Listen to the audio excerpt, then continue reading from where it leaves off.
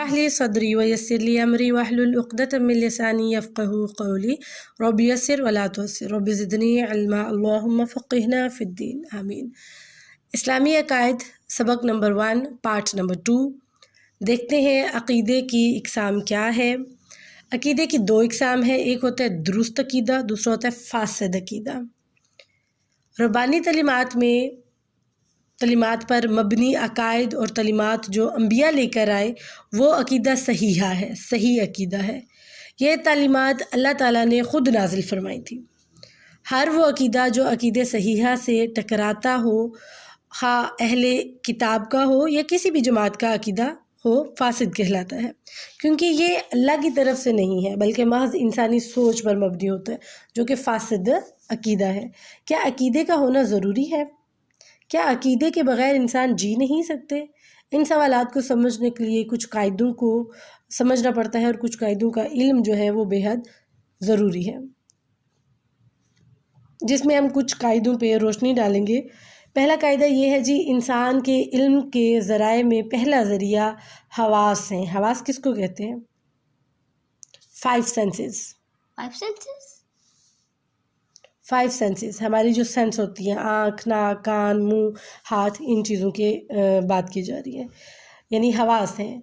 حواس خمسہ کہا جاتا ہے۔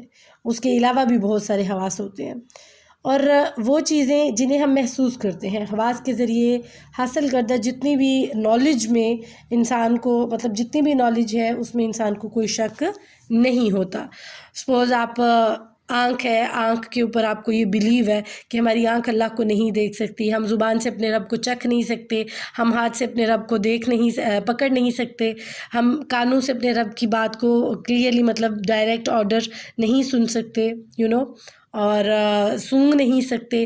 تو یہ غیب ہے، یہ چھپا ہوا ہے، انویزیبل ہے۔ آپ کو اس بات پہ اتھینٹکلی یقین ہے کہ مطلب نو، ہم یہ نہیں کر سکتے۔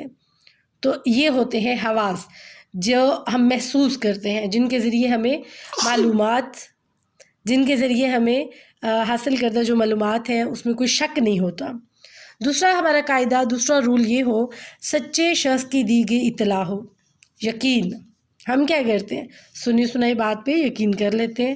جس طرح محسوس کرنے اور مشاہدہ کرنے سے حاصل ہوتا ہے، اسی طرح اس شخص کی اطلاع سے بھی ہمیں جو ہے وہ فائدہ حاصل ہوتا ہے، جس کے سچا ہونے کا ہمیں یقین ہو۔ جیسے نبی صلی اللہ علیہ وسلم ہے، ہمیں یقین ہے کہ وہ سچے ہیں، بالکل اتھینٹک اللہ کے حکم کو ہم تک پہنچایا۔ تو اس طرح کے مطلب ہمیں پتہ ہو، ان کے مشاہدے تھے، انہوں نے زندگی گزاری، انہوں نے قرآن ان پہ اترا، ان پہ اوپر آزمائشیں آئیں، ایچ اینڈ ایوری تھنگ ہمیں اس چیز کا اندازہ ہے، اور ہم یقین بھی رکھتے ہیں، ہماری محبت بھی ہے اس چیز پہ، تو وہ سچا انسان ہے۔ تو تیسرا قاعدہ، تیسرا رول، انسانی حواس بعض چیزوں کا ادراک نہیں کر سکتے، مگر اس کا یہ مطلب نہیں کہ ان کی موجودگی کا ہی انکار کر دیں۔ پیچھے ہم نے دیکھا ہمیں اس چیز کا اتھینٹکلی بلیو ہے، لیکن ہم اس کا انکار نہیں کر رہے۔ جیسے انسان چونٹی کی آواز نہیں سن سکتا، محض اس بنا پر کہ ہم اپنے موجودہ حواس کے ذریعے بعض چیزوں کا ادراک نہیں کر سکتے، تو ہمیں اجازت نہیں کہ ان کے وجود کا ہی انکار کر دے۔ اب ہم یہ تو نہیں کہہ سکتے بھئی ہم نے کبھی چونٹی کی آوازیں سنی، بھئی چونٹی ہے ہی نہیں ہے، چونٹی ہوتی نہیں ہے، چونٹی بولتی نہیں ہے، چونٹی کی کوئی آواز نہیں ہے۔ حضرت سلیمان نے چونٹی کی آواز سنی تھی، ان کی آواز آ چکی تھی، ان کو پتہ چل چکا تھا، قرآن میں ہم نے سنا، ہم نے پڑھا، تو اس کا ہم انکار نہیں کر سکتے۔ اس کے بعد چوتھا رول، چوتھا قاعدہ، انسانی تصور یا تخیل، خیالات جس کو کہا جاتا ہے، تخیل اپنے حواس سے باہر کی چیزوں کو نہیں سوچ سکتے، جیسے کہ جنت، جہنم، قیامت اور آخرت۔ گویا چوتھا قاعدہ، چوتھا اصول یہ ہوا کہ انسانی تصور یا تخیل کسی ایسی چیز کے گرد کو نہیں پا سکتا جو اس کے حواس کے دائرۂ ادراک سے باہر ہو۔ یہ مطلب ہم جنت کے بارے میں جتنا ہم نے سنا پڑھا اتنا ہم سوچ ہی نہیں سکتے، وہ ہماری سوچ سے اتنی بالا تر ہے۔ پانچواں رول، پانچواں قاعدہ عقل سے متعلق ہے۔ عقل صرف ان چیزوں کے بارے میں صحیح فیصلہ کر سکتی ہے جو زمان و مکان کی حدود کے اندر ہوں، جو ان حدود سے باہر ہوں، ان کے متعلق فیصلہ نہیں کر سکتی۔ جیسے روح کے مسائل ہیں، آپ فیصلہ نہیں کر سکتے ہو، تقدیر کے معاملات ہیں، صفات باری تعالیٰ ہیں، عقل ان کے متعلق کوئی فیصلہ نہیں دے سکتی۔ چھٹا قاعدہ، چھٹا رول، یہ فطرت پر مبنی ہے۔ اللہ سبحانہ و تعالیٰ نے سب انسانوں کو فطرت پر پیدا کیا ہے اور ایمان کو انسان کی فطری ضرورت بنایا ہے۔ ارشاد باری تعالیٰ ہے فطرت اللہ التی فطر الناس علیہا، سورۃ روم آیت نمبر 30۔ اللہ کی فطرت ہے جس پر اس نے لوگوں کو پیدا کیا ہے۔ انسان کی اس فطرت کو دوسرے جذبے مثلاً شہوت، لالچ، مادی زندگی کی طرف میلان جیسے تقاضے اپنے پردے میں چھپا لیتے ہیں، مگر جیسے ہی اس پر کوئی مصیبت نازل ہوتی ہے تو ان سب بتوں کو توڑ کر صرف ایک اللہ حقیقی جو رب ہے اسی کو پکارتا ہے۔ جیسا کہ فرعون، سارا واقعہ ہمیں پتہ ہے کتنا ظلم کرتا تھا، کیا کچھ نہیں کرتا رہا، آخری وقت میں بھی حضرت موسیٰ کے پیچھے بھاگا، جب دیکھا سالے سمندر کھڑا ہو گیا، دیکھا کہ وہ لوگ جا رہے ہیں، سوچا پیچھے جاتا ہوں، مقابلہ کرتا ہوں، لڑتا ہوں، لیکن جب دیکھا کہ پانی بہہ گیا اب تو میں مارا جاؤں گا، تو کیا کیا، آمنت باللہ، میں جی ایمان لے آیا، میں کلمہ پڑھتا ہوں جو میں ایمان لے آیا۔ اس وقت اللہ کو پکارنا شروع ہو گیا۔ تو کیسے پکارا اس نے؟ قال آمنت انہ لا الہ الا الذی آمنت بہ بنو اسرائیل وانا من المسلمین، سورۃ یونس آیت نمبر 90۔ کہا میں ایمان لے آیا کہ کوئی معبود نہیں مگر وہی جس پر بنی اسرائیل ایمان لے آئے اور میں مسلمان میں سے ہوں۔ تو کیا اس وقت کا ایمان کام آیا؟ نہیں۔ موت کے ڈر سے اگر وہ ایسے اللہ کو پکار رہا ہے، کر رہا ہے صرف اپنے آپ کو بچانے کے لیے، تو ایمان کامیاب نہیں ہوتا۔ تو اسلامی عقیدے میں سب سے مین چیز ہمارا ایمان ہے۔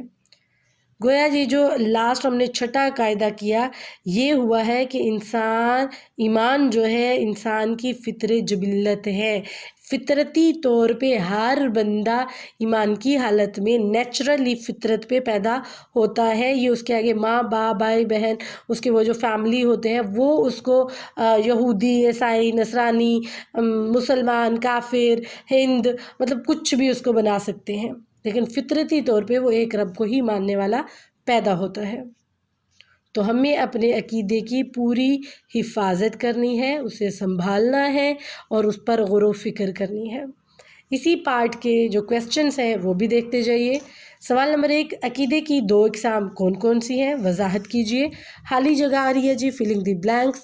انسان کے علم کے ذرائع میں پہلا ذریعہ ڈیش ہے۔ نمبر 2، یقین جس طرح محسوس کرنے اور مشاہدہ کرنے سے حاصل ہوتا ہے اسی طرح اس شخص کی اطلاع سے بھی حاصل ہوتا ہے جس کے ڈیش ہونے کا ہمیں یقین ہو۔ نمبر 3، محض اس بنا پر کہ ہم اپنے موجودہ ڈیش کے ذریعے بعض چیزوں کا ادراک نہیں کر سکتے تو ہمیں اجازت نہیں کہ ان کے ڈیش کا ہی انکار کر دیں۔ نمبر 4، پانچواں قاعدہ ڈیش سے متعلق ہے۔ نمبر 5، چھٹے قاعدے کے مطابق ایمان انسان کی ڈیش ہے۔ سوال نمبر 3، کچھ ٹرو اینڈ فالس آ رہے ہیں۔ چوتھے قاعدے کے مطابق انسانی تصور یا تخیل کسی ایسی چیز کے گرد کو نہیں پا سکتا جو اس کے حواس کے دائرہ ادراک سے باہر ہو۔ ٹرو اور فالس۔ نمبر 2، عقل صرف ان چیزوں کے بارے میں صحیح فیصلہ کر سکتی ہے جو زمان و مکان کی حدود کے باہر ہو۔ کیا صحیح ہے یا غلط؟ روح کے مسائل، تقدیر کے معاملات انسانی عقل کے دائرہ ادراک میں ہیں۔ صحیح ہے یا غلط ہے؟ چھٹا قاعدہ فطرت پر مبنی ہے۔ صحیح ہے یا غلط؟ غور و فکر کیجیے اور اپنے عقیدے کو درست بنانے کے لیے اللہ سے دعا کیجیے اور طلب کیجیے کہ اللہ ہمیں صحیح عقیدہ جو ہے وہ عطا فرمائے۔ دعاؤں میں یاد رکھیے گا۔ نیکسٹ لیسن میں ملیں گے انشاءاللہ۔ السلام علیکم ورحمۃ اللہ۔